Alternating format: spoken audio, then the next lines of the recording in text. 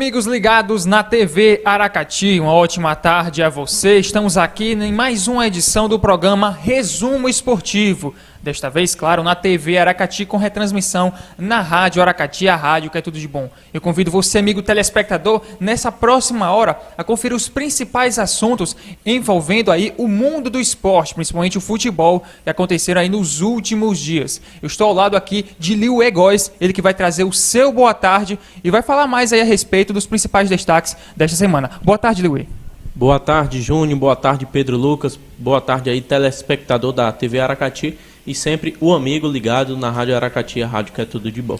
E também temos aqui Pedro Lucas, meu grande parceiro aí, Pedro Lucas. Tudo bem? Boa tarde. Pois é, boa tarde a você, Júnior, a Liu Egóis, a todos os amigos, telespectadores e também ouvintes do sistema da Rádio e TV Aracati. É uma honra muito grande estar mais uma vez aqui com o nosso grande compromisso todos os sábados e também com reprise aos domingos, claro. Hoje tem muito assunto, muito futebol, a reta final chegando aí nos campeonatos. É isso aí, Pedro Lucas. E claro, eu convido você, amigo telespectador, a sempre reparar aqui na gente, programas Resumo Esportivo aqui na TV Aracati, agora com essa novidade, sempre aos sábados, a partir do meio-dia até a 1h da tarde. Mas sem perder tempo, vamos para o primeiro assunto desse programa. O primeiro assunto é a vitória do Brasil. A equipe do Brasil venceu o Peru por 2-0 fora de casa e praticamente está com um pé na próxima Copa do Mundo, a Copa do Mundo da Rússia de 2018. Eu já trago a opinião de Liu Egóis a respeito desta partida, em que o Brasil conseguiu vencer fora de casa e agora, à frente do comando do técnico Tite, o Brasil tem 6 vitórias em 6 jogos. Qual a tua análise a respeito desse desempenho da seleção brasileira, Liu, nesse período, nessa nova era, a chamada Era Tite, em que o Brasil vem passando por cima dos adversários, seja em casa, seja fora, seja contra a maior rival, ou seja contra seleções pequenas. E aí, Liu, qual a tua opinião a respeito disso? A gente vê, o Júnior, que a seleção brasileira, mesmo jogando contra grandes seleções, como foi a seleção argentina, a seleção colombiana, ou contra pequenas seleções, como foi a peruana, o Brasil vem jogando um grande futebol, a forma tática, dá gosto de ver a seleção brasileira jogar. Dá gosto de ver o Brasil jogar. Eu falo por mim. A última partida que eu assisti quase completa da seleção brasileira foi aquele 7-1. Depois daquele 7-1, o Brasil não tem brilho de jogar. E eu vim assistir um jogo da seleção brasileira completo agora. Depois dessa Era Tite, a gente vê o futebol que a seleção está jogando vistoso. Neymar vivendo uma grande fase de novo com a camisa da seleção brasileira. E destaque também para ir Gabriel Jesus, que é o artilheiro da seleção nas eliminatórias, ao lado do Felipe Coutinho, cada um com 5 gols. E aí, Pedro Lucas, um jogo que foi durante a madrugada, na época do Dunga, o pessoal não gostava nem de assistir o jogo da seleção em horário nobre, 9, 8 horas da noite. Mas agora com o Tite, muita gente madrugou, foi dormir no nosso horário, 1h da manhã, acompanhando o jogo da seleção brasileira. E para você, foi importante realmente esse resultado, encerrar o ano com a vitória sobre 2-0 diante da equipe do Peru? Foi mais do que importante, Júnior, porque o Brasil ele não conseguiu uma vitória simples, como também conseguiu dar um passo muito importante já rumo à Copa do Mundo da Rússia de 2018. A gente pode notar a maneira que a seleção brasileira vem se comportando diante de grandes adversários, porque o Brasil, se não me falha a memória, há mais de 10 anos não conseguia uma vitória em solos peruanos, não conseguia vencer a seleção peruana nas eliminatórias. E de fato, agora com a belíssima atuação do Gabriel Jesus, também grande participação do Felipe Coutinho, do próprio Neymar, também do Renato Augusto, a gente pode ver que o Brasil ele conseguiu ter uma facilidade, ter uma superioridade dentro de campo e fazer por merecer, porque o Brasil muitas vezes não conta só com a técnica, conta também com a sorte para vencer. Eu acho que isso faz parte para uma seleção que é vitoriosa, uma seleção que é campeã do mundo, como o Brasil já foi. Realmente a seleção brasileira está resgatando aquele futebol, está voltando a amedrontar grandes adversários. A gente discutia há algum tempo atrás como a seleção brasileira hoje vinha sendo fragilizada no futebol na América do Sul em geral. Até porque a gente pode notar que nos últimos anos, adversários mais, mesmo pequenos, com poucas expressões de futebol, com relação ao gigantismo da seleção brasileira, não respeitavam mais o Brasil. A gente podia ver como o Peru não tinha medo mais do Brasil, como o Peru eliminou o Brasil da Copa América do Centenário. A gente podia ver que a Bolívia não tinha mais medo do Brasil. A Bolívia conseguiu empatar nas eliminatórias, se não me falha, foi da da Copa do Mundo da África do Sul, aqui no Engenhão, no Brasil, por 0-0. Isso mesmo. A Venezuela, há não sei quantos anos não conseguiu também uma vitória contra a seleção brasileira, conseguiu também vencer o Brasil, bateu o Brasil na era de Adriano. Então a gente podia ver que nos últimos anos o Brasil vinha caindo em decadência. Não vinha conseguindo repetir as grandes atuações, vários adversários estavam de forma atrevida, tirando ponto do Brasil, ameaçando o Brasil diante do tamanho, da mesma dimensão. A gente viu o Paraguai eliminar o Brasil 2 vezes agora seguido na Copa América. Então a gente pôde notar como os adversários vinham crescendo. A gente não sabia se eram realmente os adversários que estavam crescendo, se era a seleção brasileira que vinha caindo de rendimento. E agora, graças a Deus, o Tite, diante de todo o seu brilhantismo, diante de toda a sua técnica, do seu estilo de jogo, ele conseguiu cair como uma luva na seleção brasileira, porque eu acho que era a última alternativa para o Brasil.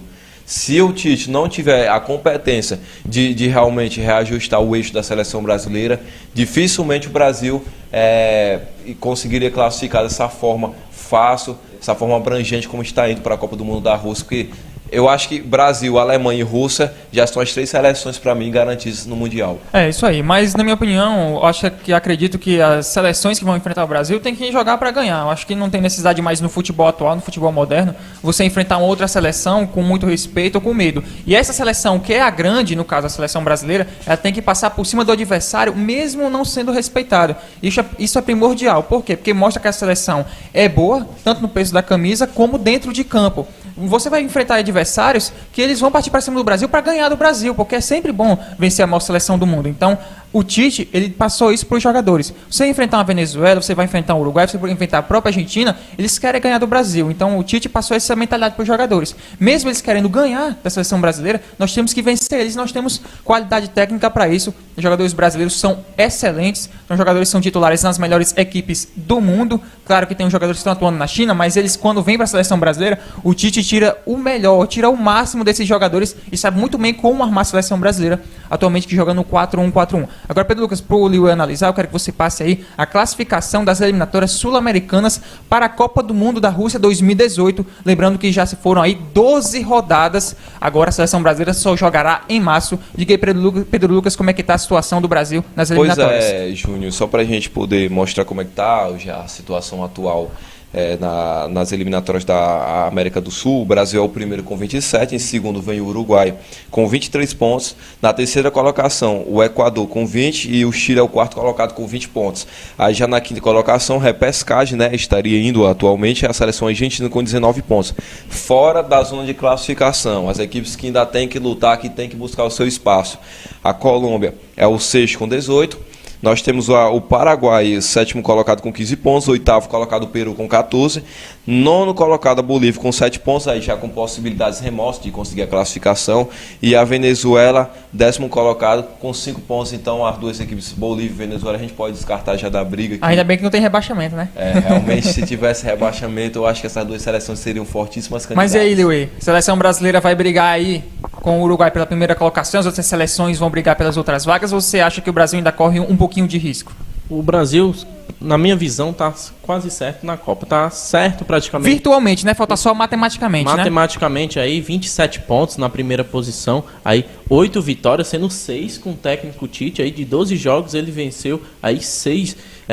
12 jogos da seleção brasileira, ele conseguiu aí a metade dos pontos aí para a seleção brasileira, vendo um grande momento o Tite, 27 pontos, e vai pegar o próximo jogo o Uruguai. Jogo decisivo, mas no que está jogando na seleção brasileira, deve ficar em primeiro. Em segundo, a seleção do Uruguai, que vive um bom momento, com o Cavani ao lado do Suárez no ataque, a seleção jogando também um futebol vistoso, a seleção uruguaia, que nos últimos anos aí nas Copas Américas sofrendo, aí para conseguir se classificar, fazer boas campanhas, e o Uruguai aí, fico feliz de ver o Uruguai brigando aí para a parte de cima com a seleção brasileira.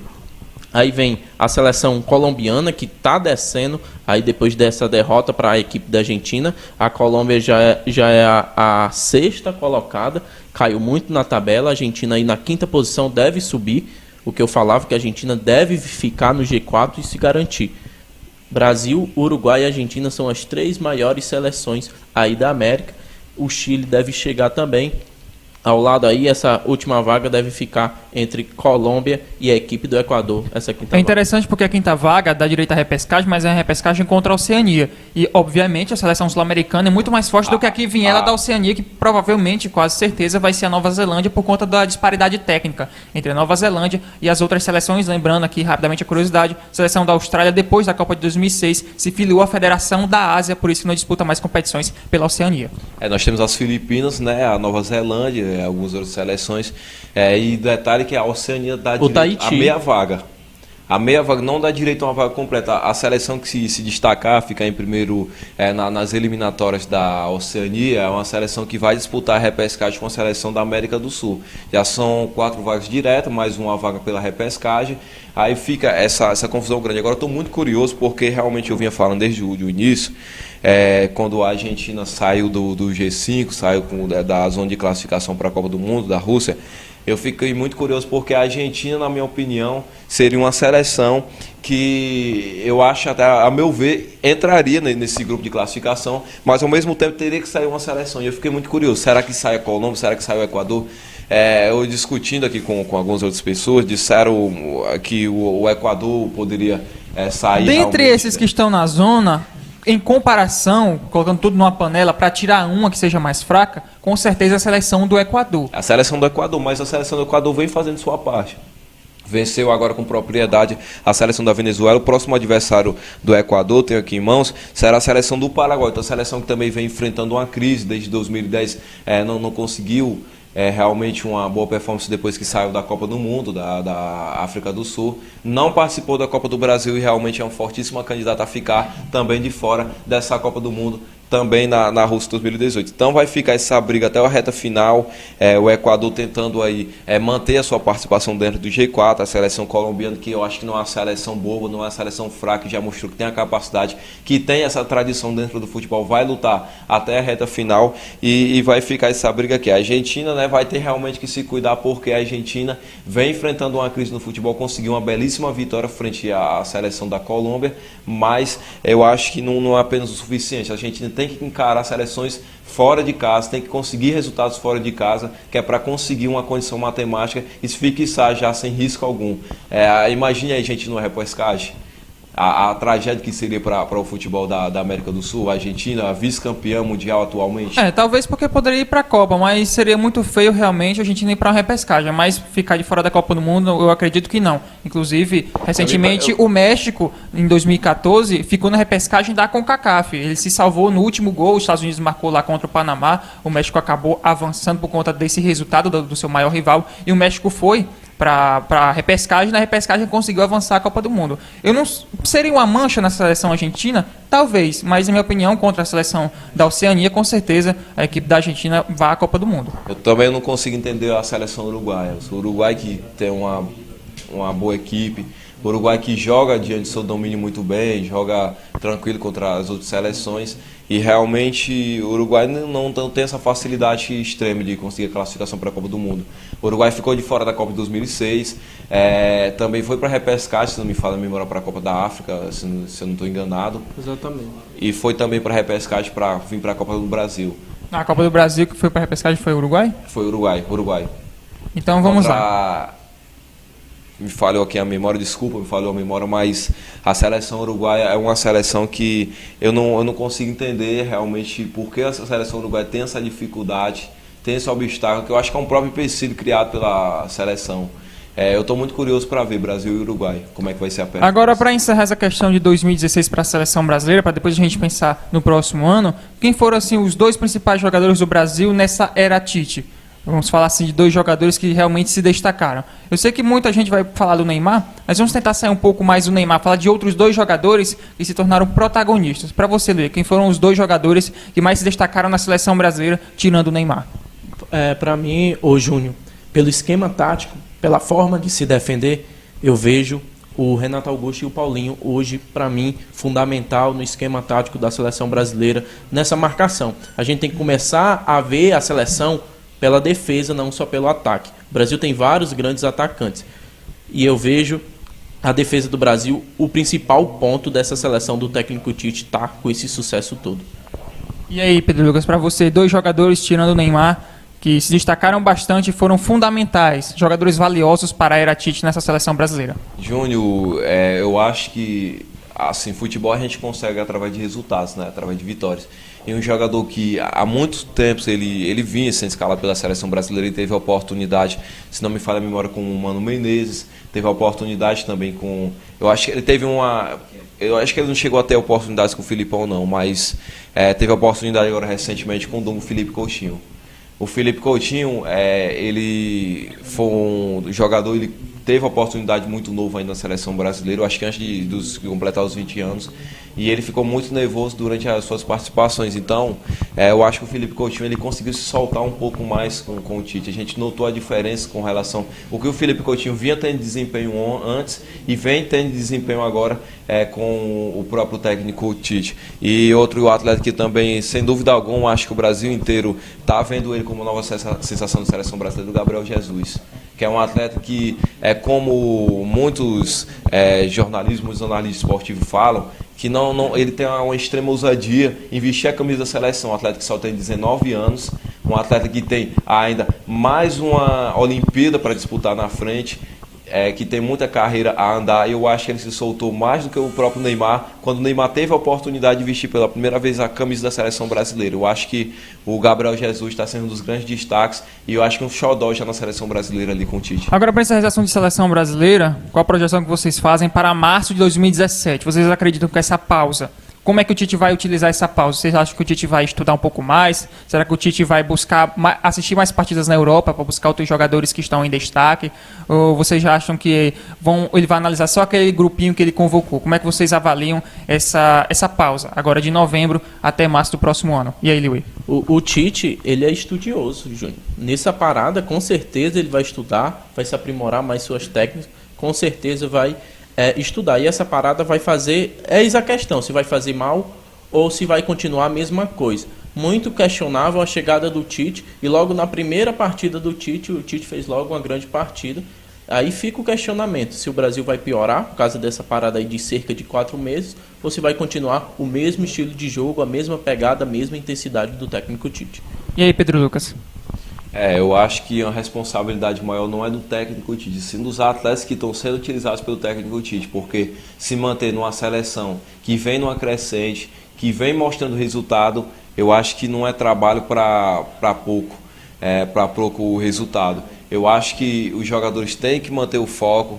O Felipe Coutinho ele vai continuar no prosseguimento, até porque o futebol europeu ele não para no final do ano. Agora, quanto à relação aos jogadores, o Gabriel Jesus, que vai ter o processo de transição agora, está indo para a seleção do Manchester City. A gente tem também outros atletas que atuam no Brasil, o próprio Renato Augusto, que vai também ficar nessa pausa agora no final de ano. São atletas que ele tem que manter o foco, porque realmente quando existe essa pausa, existe aquela possibilidade de haver contusão, de haver... Para não acontecer o que aconteceu com o Gabigol, né? Que foi para a Inter de Milão, lá não está jogando e ele nem está sendo convocado, né? Com vários atletas, eu acho que a mudança também de clube fez bem ao próprio Daniel Alves. Tinha uma postura de jogo no Barcelona, está hoje na seleção da Juventus, realmente tem outra postura de jogo, tem outra forma de conseguir conduzir. Hoje o Daniel Alves está mais completo, né? Porque no Barcelona era um jogador muito mais ofensivo e agora na Juventus ele está trabalhando muito mais a parte da defesa, assim, num ala no 3-5-2. Então é muito interessante ver essa parte do Daniel Alves um pouco mais completo, vamos dizer assim, já com o passar da idade. Então acho que a maior responsabilidade são dos próprios atletas, são dos jogadores, os jogadores que vão ter que se dedicar. E eu acho que o Tite, né, vai ter uma fartura grande para poder selecionar os atletas que irão representar. O Brasil que já está na Copa do Mundo praticamente, joga por um empate, para se classificar de forma exata. Pouca coisa o Brasil necessita, mas eu acho que o Brasil vai querer manter esse foco de vitórias, de querer se destacar lá na parte de cima e chegar na Copa do Mundo com moral. Claro que todos os atletas vão se esforçar para chegar lá. Bom, encerrando esse assunto de seleção brasileira, agora vamos abraçar os nossos patrocinadores. O Estúdio N, você que quer fazer sua venda, quer fazer sua mídia, procure o Estúdio N aqui com o Neto Nascimento. Também com Enfoco Comunicação Digital, do nosso amigo Carlos Davi. Também o bloco Antigamente Era Assim. Depois do Natal, depois do Réveillon, o que é que o pessoal pensa? Pensa só em Carnaval. E Carnaval aqui em Aracati é com o bloco Antigamente Era Assim. Ângelos Contabilidade, para você que quer tratar de assuntos aí contábeis, é com o Ângelos Contabilidade. Também com relação a CSCom, empresa de segurança, você que quer fazer a proteção de sua residência, da sua empresa, procure a CSCom. E também Premia Pão, o saquinho premiado que você concorre a vários prêmios. Procure aí em sua padaria o Premia Pão, o saquinho aí que dá muitos prêmios para você. Basta participar, cadastrar no site da Premia Pão e você fica ligado aí nos resultados aí dos sorteios. Claro, abraçando aqui Carlos Maciel, Carlos Davi, Neto Nascimento, que estão aqui nos bastidores da TV Aracati. Você, amigo telespectador, fica por dentro de tudo que acontece no mundo do esporte aqui no Resumo Esportivo, lembrando mais uma vez, todo sábado a partir do meio-dia. Hoje, comigo, Júnior Ribeiro, com o Liu Góes e também com Pedro Lucas, mas também temos o Carlos Davi, temos o Leandro Lima, tem a Bia Nascimento e toda a grande galera aqui da TV e Rádio Aracati. Abraçando você, amigo, que também está nos escutando através do Rádiosnet pela Rádio Aracati. Agora, mudando de assunto, vamos abordar o que todo mundo estava esperando para escutar a nossa análise, que é o caso do STJD, do Grêmio, com relação à invasão da Carol Portaluppi, entre aspas, invasão, né? Gostaria de saber primeiro de vocês qual a opinião sobre a punição em si, que era a perda do mando de campo na final da Copa do Brasil. Primeiro, a respeito da punição. Liu Góes, você achou exagerada essa punição de tirar o mando de campo da equipe do Grêmio? Muito, Júnior Ribeiro. O artigo 213 aí da federação está falando sobre a invasão de campo relacionado à baderna. E não teve baderna alguma. Quando acabou a partida, o árbitro viu, assim que acabou, avisou que ela estava lá e não teve baderna alguma, não teve arremessos de objetos no campo, que isso diz, baderna e arremesso de objetos, tem o mando de campo aí, e isso não teve, e eu achei muito duro a federação ter punido o Grêmio por causa disso aí, perca de um mando de campo logo numa final tão importante para o Grêmio, que o Grêmio sonha tanto em disputar a Taça Libertadores da América e vencer o Atlético Mineiro logo nos seus domínios na arena do Grêmio. É interessante porque logo após isso, o STJD já aceitou o efeito suspensivo do recurso que o Grêmio fez e não há data certa para o julgamento. O segundo julgamento, no caso, pode acontecer após a final, então nem haveria necessidade. Então, atualmente, a notícia agora é que a equipe do Grêmio vai sim mandar o jogo de volta na sua arena, lá em Porto Alegre, a Arena do Grêmio, arena nova, recente, uma arena multiuso, moderna. Mas a grande questão que ficou, né, Pedro Lucas, foi que o STJD tá pano para manga, porque o pessoal sempre fala, o STJD gosta de aparecer, os juízes do STJD querem mídia, eles inventam muitas punições bobas só para terem seus nomes citados na TV. Gostaria de saber, para você, na sua opinião, a equipe do Grêmio, ela poderia ser prejudicada realmente se não tivesse aceitado o recurso? Porque, claro, não teria o jogo na Arena do Grêmio. Mas, para você, o STJD agiu errado em punir a entrada da moça após o final da partida com relação à perda de mando de campo?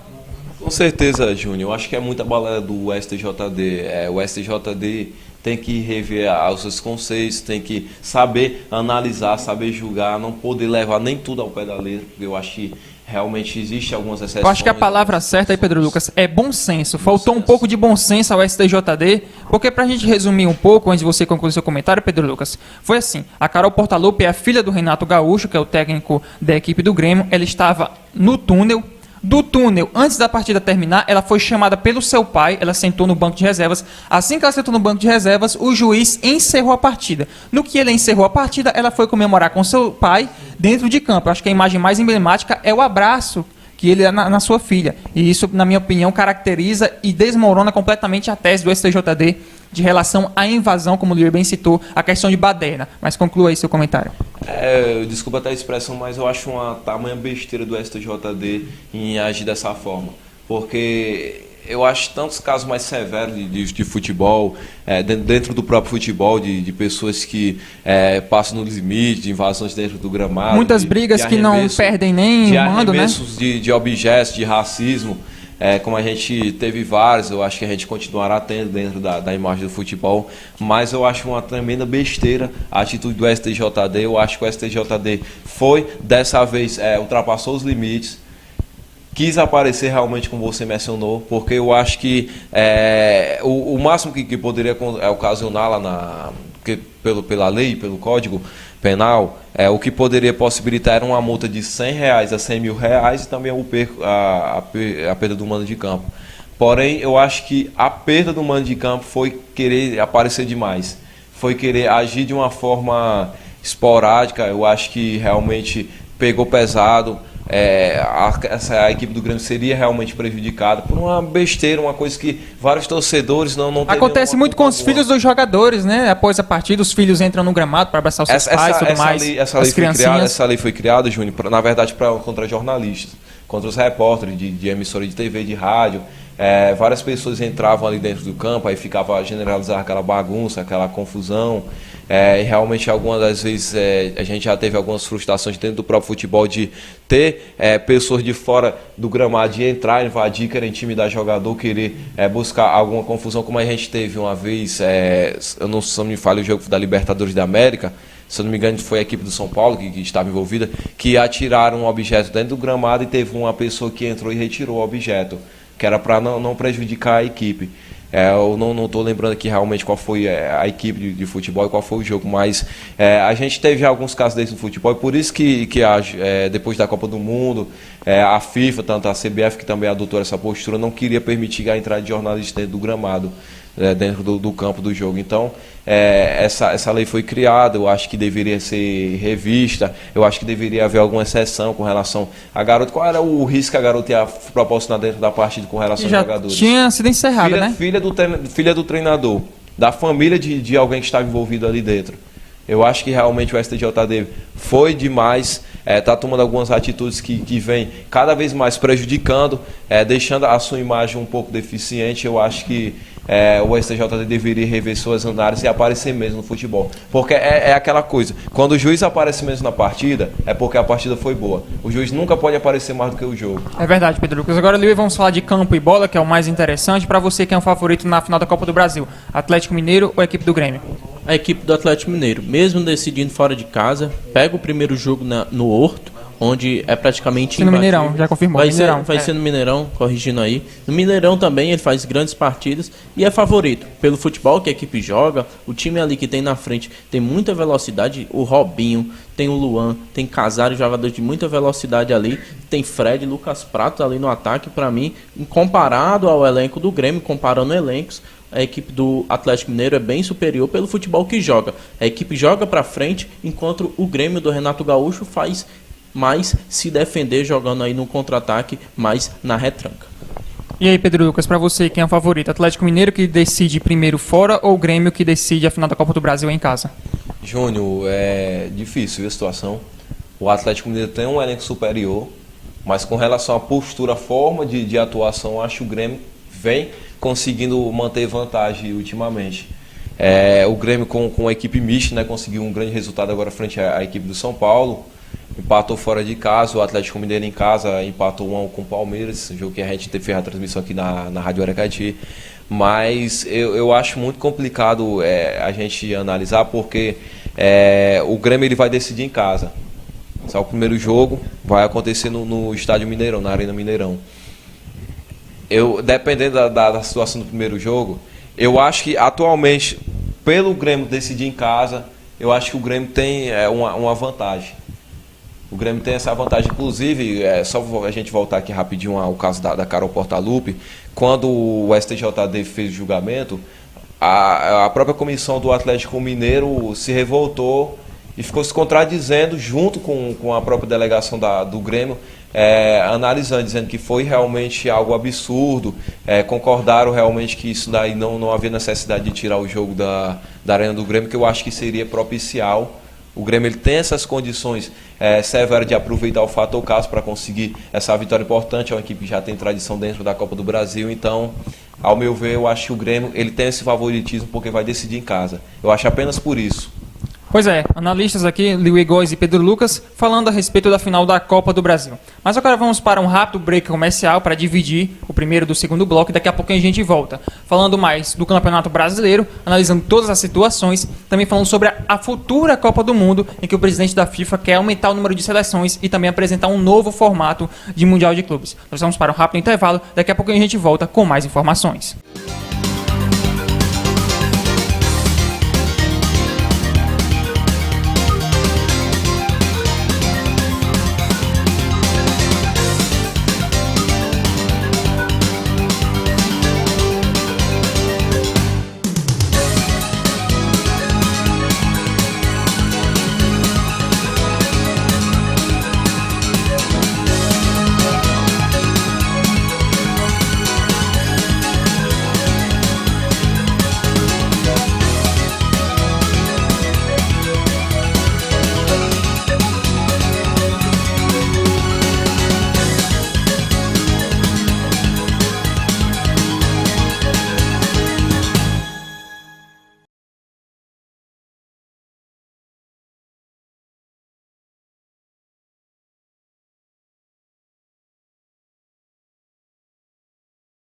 Toda marca precisa aparecer, mas com milhares de outras marcas e mensagens concorrendo, não seria ótimo se você pudesse entrar na casa dos consumidores pela porta da frente? Conheça a Premia Pão, uma forma de mídia inovadora no saquinho de pão, com baixíssimo investimento e alto impacto. A cada campanha da Premia Pão, são impressos e distribuídos 30 mil saquinhos. Isso significa aproximadamente 30 mil lares alcançados e 120 mil pessoas impactadas.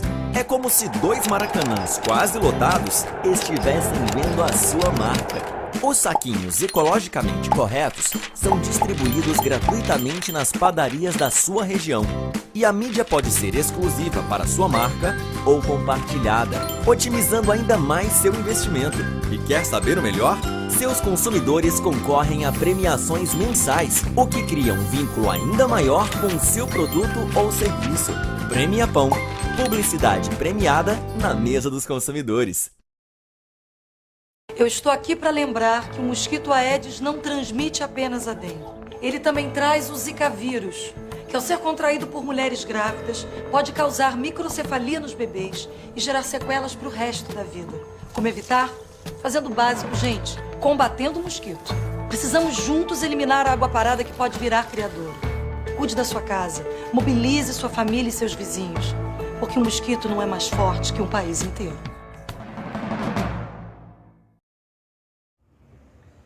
Bem, meus amigos, esta semana o Jornal Folha de Aracati traz algumas dicas importantes para vocês de como economizar água, né? Nós sabemos que estamos vivendo uma crise hídrica muito séria no nosso estado. A CAGES, que é o órgão que cuida da água, já disse que vai haver racionamento aqui em Aracati. E então, baseado em algumas dicas de alguns dos nossos leitores, nós vamos passar para vocês algumas delas agora. Uma delas importante é economizar, acumular água num tanque, né? Outra dica também importante para a dona de casa, que nós podemos conferir, é tentar lavar a louça, os pratos de uma só vez, utilizando uma bacia também, para não acumular muito material.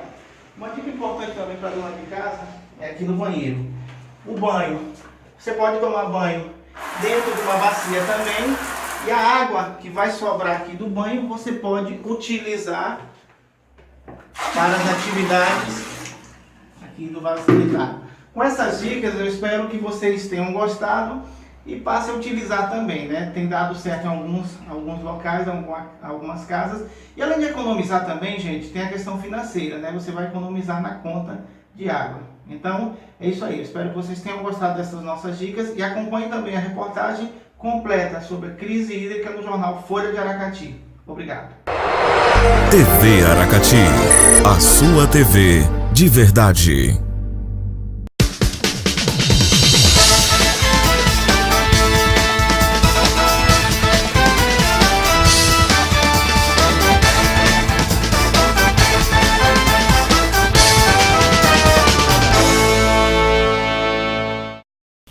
Valeu, galera, estamos de volta aqui na TV Aracati com o programa Resumo Esportivo. Júnior Ribeiro ao lado de Leo Egóis e também do Pedro Lucas. Mas para ilustrar aquilo que a gente falou no primeiro bloco a respeito de seleção brasileira, agora você vai conferir os gols da seleção brasileira diante da seleção do Peru. Daqui a pouquinho o Nath Nascimento nos informa, daqui a pouquinho a gente traz mais informações a respeito desse jogo da seleção brasileira, a respeito da 12ª rodada das eliminatórias para a Copa do Mundo. Atlético e Palmeiras? Beleza. Então vamos agora falar de Brasileirão Série A, meus amigos. Análise do Brasileirão. Primeiro título, rebaixamento, o G6 e também o técnico Lisca na equipe do Internacional. Pedro Lucas, traz aí pra gente como é que tá a parte de cima da tabela e também o pessoal que tá brigando lá embaixo na tabela para o nosso amigo telespectador ficar por dentro do assunto. Então vamos lá, trazendo o G6 aqui do Campeonato Brasileiro da Série A, depois da 36ª rodada. A gente tem o Palmeiras em primeiro com 35ª rodada, não é isso? Desculpa. A gente tem o Palmeiras em primeiro com 71 pontos. Aí em segundo vem a equipe do Santos com 67, 4 pontos de diferença. Terceiro colocado, o Flamengo com 66 pontos. O Atlético Mineiro é o quarto com 61. Botafogo, quinto colocado com 55 pontos. O Atlético Paranaense é o sexto, encerrando aí o G6 com 52 pontos. Um ponto a mais que o Corinthians, que tem 51, que tá na briga, é o sétimo colocado. Aí já passando a parte de baixo da tabela, o Internacional de Porto Alegre é o 17º colocado dentro da zona de rebaixamento com 39. Aí vem o Figueirense em 18º com 34 pontos. 19º Santa Cruz 27 e 20º também já rebaixado o América Mineiro com 27 pontos. Então as duas equipes já estão rebaixadas. A briga aqui é entre Internacional, Figueirense que tem uma chance remota, muito complicada mesmo, e a equipe do Vitória. Eu acho que o Sport Clube de Recife já tem 43 pontos, já está numa situação mais confortável e com mais facilidade de escapar desse rebaixamento. Agora, Leo Góes, para você, Palmeiras já é virtual campeão ou ainda corre algum risco nessas últimas 3 rodadas? É campeão por causa dos confrontos dos adversários dele. Tem um confronto direto entre Santos e Flamengo, e o Santos também, que está na 2ª posição, na próxima rodada pega o Cruzeiro fora, jogo dificílimo. Já o Palmeiras pega 2 partidas diante do seu torcedor, pega o primeiro jogo contra o Botafogo e depois a Chapecoense em casa e fecha o jogo lá contra o Vitória, brigando pelo rebaixamento. Acredito que o Palmeiras está praticamente com 1 mão e meia na taça de campeão brasileiro. Agora, na briga pelo G6, aquelas equipes que vão para a pré-Libertadores, lembrando que em 2017 teremos 2 fases eliminatórias para a Libertadores. É mais ou menos o Mad Max, aquele filme, sabe? 2 homens entram, 1 homem sai. Na pré-Libertadores serão 16 entram e apenas 4 saem para a fase de grupos da Libertadores. Mas você vê a equipe do Corinthians com condições nessa reta final para tentar tirar a vaga do Atlético Paranaense nessa briga pela Libertadores? Vejo com toda certeza a equipe do Corinthians, mesmo estando abaixo do Atlético Paranaense, pela grandeza que o Corinthians é, o atual campeão brasileiro, deve se classificar para a Libertadores pela grandeza que o Corinthians é, não pelo futebol que a equipe vem jogando nessas últimas partidas.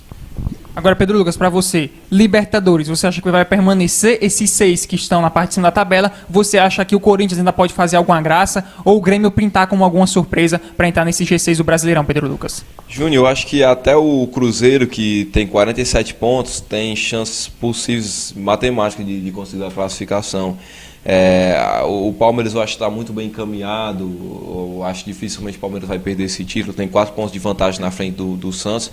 Palmeiras que já pode ficar com, digamos assim, com a mão e meia na taça nessa rodada, né? O Palmeiras joga em casa com o Botafogo e o Santos sai para enfrentar o Cruzeiro. O Cruzeiro que também é um adversário cascudo, um adversário que bota realmente uma dificuldade imensa para as equipes na qual joga contra o Cruzeiro. Então eu acho que até pegando aqui o Cruzeiro que tem 47 pontos, é o 11º colocado. O Atlético Paranaense é o 6º colocado, a última equipe dentro da zona de classificação para a Libertadores, com 52 pontos aí, 5 pontos de diferença. Realmente já tem 9 pontos a serem jogados, né? Eu acho que o Cruzeiro tem essa capacidade. A briga vai ficar aqui, vai entrar o Corinthians, o Grêmio, possivelmente, se não conseguir o título da Copa do Brasil, vai entrar nessa briga que tem 50 pontos, apenas 2 pontos a menos que o Atlético Paranaense. Tem o Fluminense com 49. O Fluminense que até a última rodada vai enfrentar o Internacional, um jogo que complicado para a vida do Internacional, daqui a pouco a gente vai falar desse assunto. E também eu acho que a Chapecoense tem 49, né? Pode se surpreender, sair da final, a equipe que está nas semifinais aí da Copa Sul-Americana. Realmente todos os adversários que estão brigando aqui na zona para conseguir um espaço na Libertadores são adversários que mostraram o porquê estão aqui. Eu acho que essas equipes conseguiram fazer um grande feito em todo o campeonato brasileiro e tem tudo para estarem aí até a última rodada. Vai ser disputado. Vai ser disputado, com certeza. São 3 rodadas, 9 pontos em jogo. Diga. Só o detalhe que aumentou esse número de equipes para a Libertadores, porque diminuiu a equipe da Argentina e também as equipes do México foram eliminadas, não participam mais da Libertadores. Diga aí, Liu. Pode ser G7, né, também. O Atlético Mineiro for campeão, né, da Copa do Brasil. Também o Grêmio pode ser também. A Chapecoense conseguir vencer a Sul-Americana. Eu acho que poderia reduzir uma vaga se a Chapecoense vencesse. Não. Segue a Chapecoense. O problema é se a Chapecoense for para a final com o Atlético Nacional. Se o Atlético Nacional for campeão, aí a vaga vai para a Federação Colombiana. Esse é só o detalhe. Mas conclua aí, Liu. Só para falar aí, essa vaga do México, aí 3 vagas que ia para o México, por causa da CONCACAF, aí que vai coincidir datas, o México não vai participar depois de muito tempo, aí da Taça Libertadores. Desde 98, como você falou aí, o México que sempre vinham chegando ali na fase final, chegava em semifinais e finais. O Chivas pegou o Inter em 2010, o Tigres do México pegou a equipe do River na final de 2015. Aí ficava questionando, se fosse campeão ia ser representado aí pela Conmebol no Mundial de Clubes, aí ficava essa questão. Mas a grande decisão é que a Conmebol ainda não decidiu o que vai fazer com essas 3 vagas, né, Liway? Exatamente, pode aumentar para o Brasil, para outros países aí, pode aumentar essa vaga e a gente tem que ficar ligado aí, pode aumentar esse G6, pode ser G7 e G8 aí, e dependendo da Chapecoense, se aumentar o número, podemos ter aí cerca de 9 representantes brasileiros, 8, 9 representantes brasileiros numa taça Libertadores da América, a taça mais importante aí do nosso continente. É isso aí, Carlos Davi, você já achou aí com relação? É só você colocar aí que aperta. Valeu? Carlos Davi dando suporte aqui na nossa TV Aracati. Agora aquela questão com relação à zona de rebaixamento. O Vitória pega o Figueirense, o Coritiba e também a equipe do Palmeiras nessas 3 últimas partidas. A equipe do Internacional pega Corinthians, Cruzeiro e também o Fluminense. Para vocês, nesses confrontos, quem é que vai sobreviver e quem é que vai para a Série B? Primeiro, Pedro Lucas. Diga lá, Pedro Lucas. Júnior, eu acho que o Internacional, embora tenha um bom elenco, embora seja uma equipe que tenha a capacidade de brigar por algo melhor nessa Série A, infelizmente eu acho que o Internacional tem tudo para ser rebaixado. Sabe? Justamente você acabou mencionando, pelos adversários. O Internacional... E são 2 jogos fora de casa, né? Joga uma batalha aí, indescritível contra a equipe do Corinthians, agora fora de casa, que eu acho que o Corinthians tem tudo para vencer o jogo. O Internacional joga, depois na sequência, volta para Porto Alegre para enfrentar o Cruzeiro, que para quem acha que o Internacional está jogando em casa, é uma situação desesperadora, não vai ter vida fácil contra o Cruzeiro, porque o Cruzeiro é realmente um adversário muito complicado e tem essa possibilidade ainda de brigar por uma vaga na Libertadores. E por outro lado, o Internacional encerra contra o Fluminense, que também está nessa briga para entrar na Libertadores, o jogo que acontece no Maracanã. Agora eu vou explicar por que o Internacional está nessa confusão inteira. O Internacional não era para ter priorizado a Copa do Brasil. Eu acho que o Internacional fez mais do que errado, ludibriou o torcedor, fez transparecer que a equipe do Internacional tinha realmente uma equipe que poderia brigar por algo melhor nessa situação, mesmo diante dessa crise, diante dessa condição desfavorável na qual o Internacional vem enfrentando ultimamente, de estar ali na zona de rebaixamento, de não conseguir sair. Eu acho que foi uma situação que deu para o torcedor a impressão de que o Internacional tinha poderia terminar o ano de 2016 diferente, e eu acho que o maior responsável chama-se Celso Roth. Se você não lembra, Júnior, ano passado, os amigos também ligados na TV Aracati, ano passado o Celso Roth treinou o Vasco da Gama. O Vasco da Gama ele no Vasco da Gama só conseguiu 2 vitórias, que foi o clássico contra o Flamengo e foi a vitória contra a equipe do Avaí, que momentaneamente tirou o Vasco da zona de rebaixamento, quando o Celso Roth enfrentou naquela situação. Só que o Vasco passou mais de 10 partidas sem conseguir uma vitória no comando do Celso Roth, que é um técnico retranqueiro. Então eu acho que o Internacional não precisava do Celso Roth nessa condição. O Internacional, se o desafio era vencer, eu acho que deveria ter trazido um técnico que atuasse de forma mais ofensiva. O elenco do Internacional, ano passado, quando o Celso Roth saiu do Vasco da Gama, o Jorginho chegou, o Vasco conseguiu desaflorar, fez uma campanha de G4 na reta final, porém não conseguiu evitar o rebaixamento. Então acho que o Celso Roth foi um fator providencial. E por outro lado, o Vitória, tem o Figueirense, depois enfrenta o Coritiba. E fecha com o Palmeiras campeão. Palmeiras já praticamente campeão. Já praticamente tem essa gordura, pode ser campeão antes da última rodada. Vai ficar uma situação realmente bem desastrosa. O cenário é favorável à equipe do Vitória. Equipe do Vitória. E o Vitória não tem essa responsabilidade, porque o Vitória já caiu, já subiu. O torcedor, eu acho que pode compreender se realmente o Vitória for rebaixado, mas o torcedor do Internacional, um dos maiores sócios do futebol brasileiro, da América, eu acho que não ia entender muito bem não o que aconteceu no Inter. Agora, o novo técnico do Internacional é o Lisca, conhecido popularmente como Lisca Doido. E aí, Liway, como é que você pode analisar essa contratação? Ele que já foi técnico da base do Internacional, ele começou sua carreira como treinador lá no Internacional e está voltando agora, como ele mesmo disse, está voltando à sua casa. Como é que você analisa a contratação do Lisca para 3 jogos e que provavelmente, se o Inter escapar, ele não fica para 2017? É uma contratação de risco ou você acha que tem que dar realmente esse último tiro para tentar se salvar? O Inter é tudo ou nada. Traz o Lisca, o Júnior, ele é um treinador para muito. Quem é analista fala muito que o Lisca é um treinador de tiro curto. 3 jogos, o Inter não precisa desses grandes treinadores, precisa de 3 jogos, não precisa fazer um esquema... Não precisa de um Guardiola, precisa de 9 pontos, né? De 9 pontos, precisa desses 9 pontos para continuar o Brasileiro da Série A, o Inter que nunca caiu, um dos maiores clubes que nunca caíram ao Brasileiro da Série B, e trouxe o Lisca, que é um treinador de tiro curto. Essas 3 partidas é tudo ou nada, é vencer ou vencer.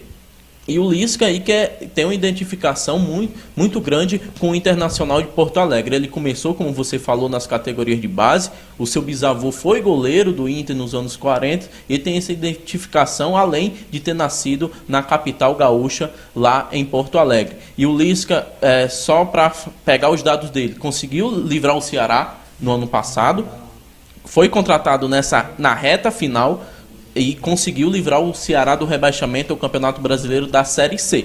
Mas esse ano ele treinou o Joinville, logo no começo da temporada, onde o Joinville vinha mal e não conseguiu tirar o Joinville, faltando aí mais de 20 rodadas ao Campeonato Brasileiro da Série B, ele não conseguiu livrar o Joinville. Mas o Ceará, faltando na reta final, conseguiu tirar o Ceará do rebaixamento. Pedro Lucas, agora para encerrar esse assunto, o Lisca pegou a equipe do Ceará faltando 8 partidas, venceu 6 jogos, empatou 1, perdeu o outro e agora tem 3 jogos pelo Internacional. Você acredita que o Internacional possa conseguir pelo menos aí uns 7 pontos ou 6 pontos nas próximas rodadas, ou você acha que realmente o cenário é mais favorável à equipe do Vitória lá de Salvador? Difícil, ó, Júnior. Difícil porque o Internacional ele vai enfrentar 3 gigantes do futebol brasileiro e equipes que almejam algo nesse campeonato brasileiro. Corinthians e Fluminense querem chegar, né, no G6, né, e o Cruzeiro ainda tem uma esperança. São equipes, né, que estão próximas aqui, ó, na tabela do campeonato brasileiro. O Fluminense é o 9º colocado, o Corinthians é o 7º e o Cruzeiro é o 11º. São equipes que estão próximas, são equipes de meio de tabela.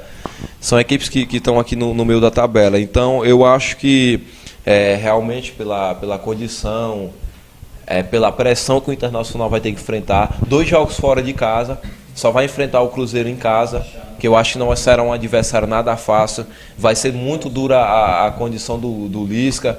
Realmente a gente pode ver que ele conseguiu fazer um grande feito pelo Ceará, só que a Série B é diferente da Série A. A Série B tem muito time ruim, Júnior. Não é querendo falar, a Série B realmente tem muito time ruim na Série B. E a gente vê agora o Vasco da Gama vai conseguir subir para a Série A. Mesmo com péssimas atuações, porque tem né? muito time ruim na Série B mesmo. Time grande for para a Série B, ele consegue subir só com o peso da camisa, porque tem o nível de futebol hoje do Campeonato Brasileiro da Série B é muito baixo, muito pequeno. Então eu acho que a Série B é um pouco diferente da Série A. A pressão é muito grande. E a tabela de estudo, o Internacional, no critério de desempate, o Internacional ele perde no saldo de gols aqui para a equipe do Vitória. Então fica nessa condição desfavorável, vai ser complicado aí para o Lisca.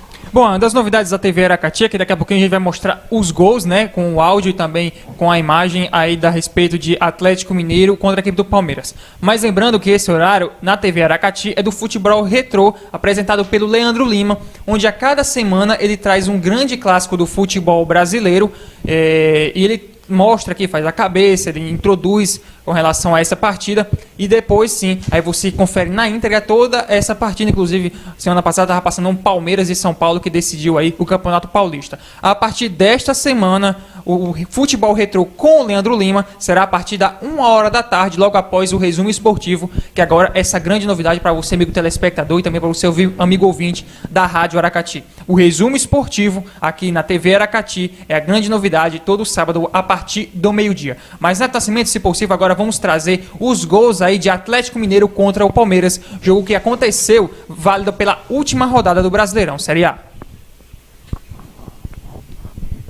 Lá vem a equipe do Palmeiras pela ponta esquerda, o jogador Cadu tocou na frente, Gabriel Jesus pode ser o gol do Palmeiras, olha o gol! Gol!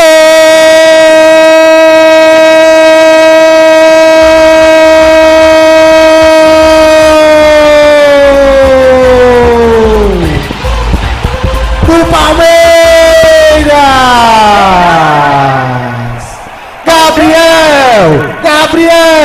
Gabriel Jesus, atacante do Palmeiras e da seleção brasileira. Palmeiras! Vinha numa grande jogada ali pela ponta direita com o jogador Dudu. Tocou na área pro Gabriel. Ele é matador, ele não desperdiça e o placar mudou.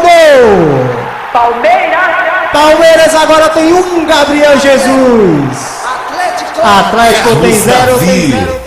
É o argentino, lá vem a equipe do Atlético, olha o gol!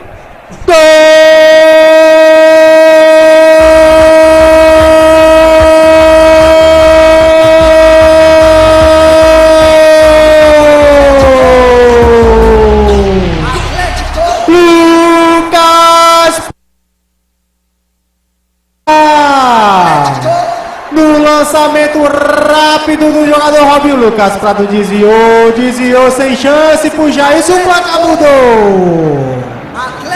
Atlético tem Lucas Prato, artilheiro. Palmeiras também tem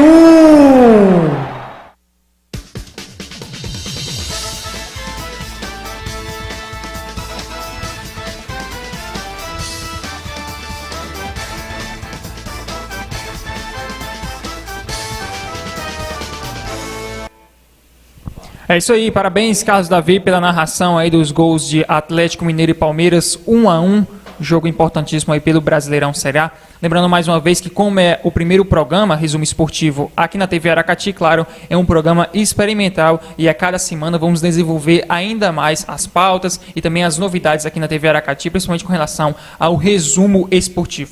Mas já estamos chegando no avançar da hora e vamos para o nosso último assunto aqui no programa Resumo Esportivo.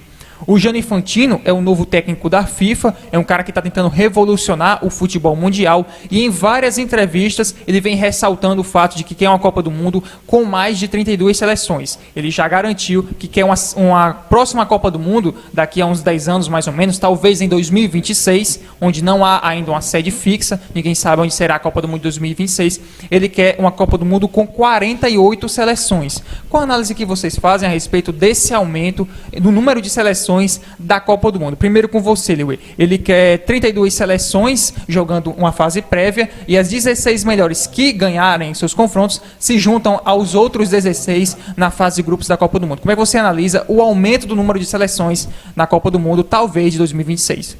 Bem, Júnior, ia ficar mais vistosa a Copa do Mundo, mais equipes, mas em compensação ia aumentar o número de equipes e equipes ruins com certeza iam entrar e jogos aí de péssima qualidade. E Nova Zelândia, hein? Exatamente, jogos de péssima qualidade que não seria interessante na minha visão, mas vale a participação desses países aí que almejam jogar uma Copa do Mundo, é o sonho e é para ficar na história de um país pequeno. Agora é interessante porque os 16 melhores as 16 melhores seleções do mundo já estariam na fase de grupos.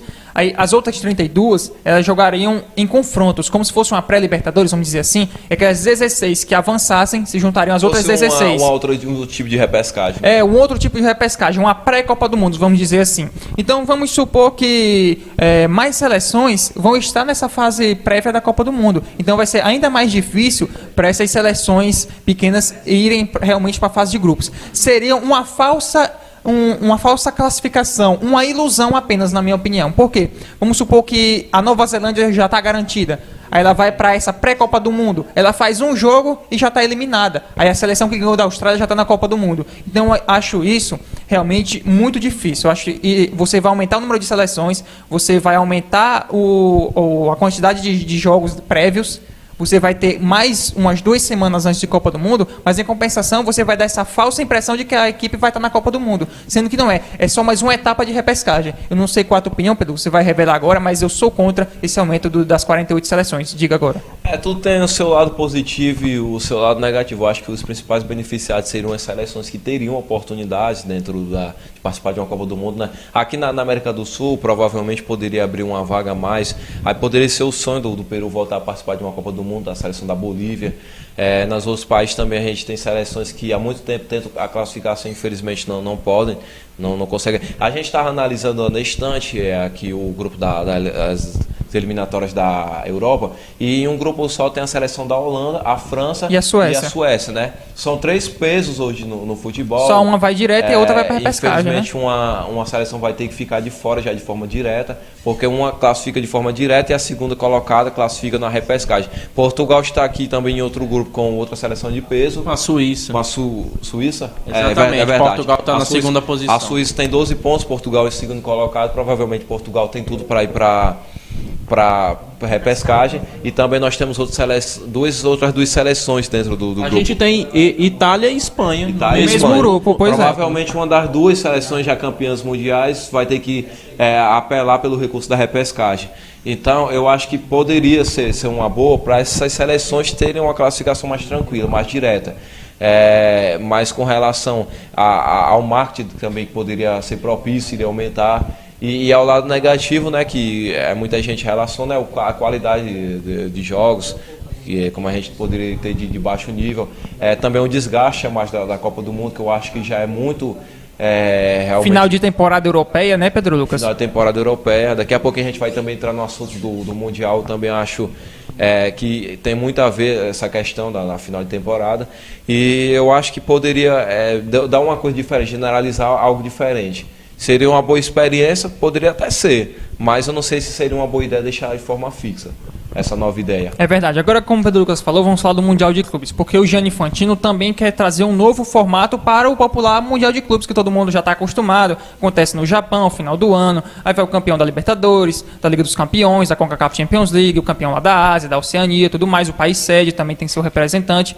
Atualmente é uma competição que os europeus, em geral, não dão muita bola, porque são só 2 partidas e o cara pode ser campeão do mundo. Aqui na América do Sul não, já dá um pouco mais de importância, e tudo acontece em no máximo 2 semanas. E o time da Libertadores e o time da Liga dos Campeões ficam lá no Japão no máximo 5, 6 dias. Então, para vocês, esse novo formato de Libertadores não, perdão. Esse novo formato de Mundial de Clubes, para vocês, ele é válido ou vocês acham que não vale a pena? Só para a gente destacar, o novo formato seria com 32 equipes e acontecendo o Mundial de Clubes a cada 4 anos. Isso abolindo a Copa das Confederações. Então seria assim, nesses 4 anos prévios, as equipes campeões da Libertadores, da Champions League e dos outros continentes teriam vaga nesse Mundial de Clubes a cada 4 anos. Eu não sei vocês, mas eu acho isso muito radical. Eu sou contra essa mudança radical com 32 equipes no Mundial de Clubes e acontecendo a cada 4 anos. Qual a opinião? Primeiro com o Pedro Lucas. Diga lá, Pedro Lucas. Eu, sinceramente, eu concordo contigo em todas as palavras, até mesmo no adjetivo totalmente radical. E eu acho uma coisa totalmente... antológica da parte do presidente, até porque só pelo fato de mudar já o período, tirar do final do ano para colocar no meio do ano, né? No meio do ano já demonstra o quanto que o futebol europeu monopoliza o mundo. Então o futebol europeu tem sua pausa no final de abril ali, já entrando no mês de junho, e o retorno é apenas em agosto, não é isso? Então eu acho que já seria uma boa forma de preparo para as seleções europeias que conseguirem vaga, né, nesse provável mundial, nesse feito. Por enquanto que as equipes aqui do Brasil, porque teria que também mudar o módulo da Libertadores. Se não me falha a memória, Júnior, a Libertadores vai até o final do ano agora. Agora vai até novembro. Pois é, eu acho muito radical essa mudança. A Libertadores eu não sou vai a favor novembro. disso.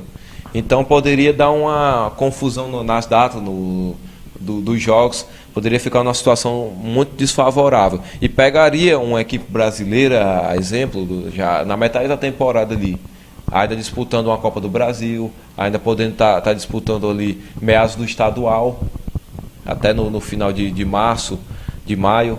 Então, eu acho que ficaria numa condição realmente mais favorável ao futebol europeu, as equipes europeias que teriam mais preparo, mais tempo para poder conseguir o seu espaço, e ficaria prejudicial às seleções, às equipes aqui da América do Sul, principalmente as equipes brasileiras que conseguirem vaga. E diminuiria, né, o número de títulos com relação aos porque a cada ano você tem um campeão mundial e agora só a cada 4 anos, né? Absurdo isso. Agora, Leo Egóis, para você acha que o Gianni Infantino está querendo inventar demais, ele está muito megalomaníaco, ou você acha que tem que mudar mesmo o atual cenário das competições FIFA? Tá querendo inventar, Júnior. Aí são 32 equipes, na minha visão, eu gostaria de ver, porque ia ser, por exemplo, a gente podia ter aí 5 equipes brasileiras jogando no Mundial de Clubes contra os maiores clubes da Europa. Quem não queria ver isso? Um sonho aí de qualquer time brasileiro, o sonho de qualquer torcedor de um time brasileiro é ver ele enfrentando um grande clube da Europa, um Barcelona, um Real, um Manchester.